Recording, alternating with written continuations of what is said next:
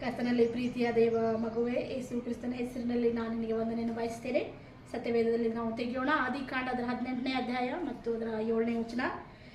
ಆಗ ಯೆಹೋವನು ತನ್ನೊಳಗೆ ನಾನು ಮಾಡಬೇಕೆಂದಿರುವ ಕಾರ್ಯವನ್ನು ಅಬ್ರಹಾಮನಿಗೆ ಮರೆ ಮಾಡುವುದು ಸರಿಯೋ ಎಂಬುದಾಗಿ ಆಲೋಚಿಸಿಕೊಂಡನು.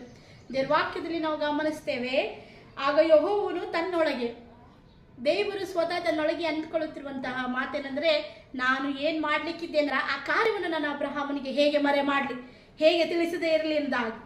ಈ ದಿನದಲ್ಲಿ ನಾವು ನೋಡ್ತೇವೆ, ದೇವವಾಕ್ಯದಲ್ಲಿ ಗಮನಿಸುವ ಹಾಗೆ ಯಾರೆಲ್ಲ ಕರ್ತನ ಪ್ರೀತಿಯ ಮಕ್ಕಳಾಗಿಯೂ ಆತನ ಭಕ್ತರಾಗಿಯೂ ಇರ್ತಾರೋ, ನಾವು ಜ್ಞಾನೋಕ್ತಿಯಲ್ಲಿಯೂ ಕೀರ್ತನೆಯಲ್ಲಿಯೂ ನಾವು ಓದುತ್ತಾ ಬಂದಿರುವ ಹಾಗೆ, ಯೋಹಾನ 15:15 ನಾವು ನೋಡಿರುವ ಹಾಗೆ ಸತ್ಯವೇದ ಹೇಳ್ತದೇನೆಂದರೆ, ಆತನು ತನ್ನ ಮಿತ್ರರಾಗಿ ನಮ್ಮನ್ನು ಕರೆದಿದ್ದಾನೆ.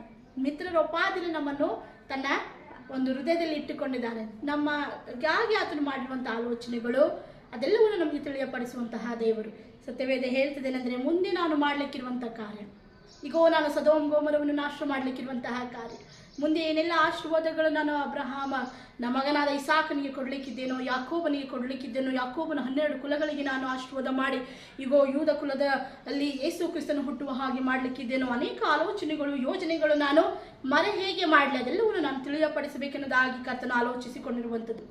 ಅದಕ್ಕೆಲ್ಲದಕ್ಕಿಂತ ಮುಂಚಿತವಾಗಿ ಇಲ್ಲಿ ನಾವು ಗಮನಿಸುವಂಥದ್ದೇನೆಂದರೆ, ಈ ಒಂದು ಆದಿಕಾಂಡ 18:17 ಹೇಳಿರುವ ಹಾಗೆ ಆಲೋಚನೆಯು ತನ್ನ ಹೃದಯದಲ್ಲಿ ಬಂದಿರುವಂಥದ್ದು ಏನಂದರೆ, ಈಗೋ ನಾನು ಅಬ್ರಹಾಮನಿಗೆ ಸೊದೋಮ್ ಗೊಮೋರದ ಕುರಿತು ಹೇಳದೇ ಇರುವುದು ಹೇಗೆ, ಸೊದೋಮ್ ಗೊಮೋರವನ್ನು ನಾನು ನಾಶ ಮಾಡುವುದಕ್ಕಿಂತ ಮುಂಚಿತವಾಗಿ ನಾನು ಅಬ್ರಹಾಮನಿಗೆ ತಿಳಿಸಬೇಕೆನ್ನುವುದಾಗಿ ಕರ್ತನು ಆಲೋಚಿಸಿಕೊಂಡಿರುವಂಥದ್ದು. ಕರ್ತನಲ್ಲಿ ಪ್ರಿಯರೇ, ಈ ದಿನ ದೇವರಿಗೆ ನೀನು ಆಪ್ತ ಮಿತ್ರನಾಗಿ ಒಬ್ಬ ಸ್ನೇಹ ಇರುವುದಕ್ಕೆ ಇಷ್ಟಪಡ್ತೀಯೋ, ಹಾಗಾಗುವುದಾದರೆ ನಿನ್ನ ಹೃದಯದಲ್ಲಿ ಆಲೋಚನೆ ಬಂದಿರುವುದಾದರೆ ಕರ್ತನಿಗೆ ನಿನ್ನ ಸ್ವಂತ ರಕ್ಷಕನದಾಗಿ ದಿನ ನಿನ್ನನ್ನು ಒಪ್ಪಿಸಿಕೊಡು.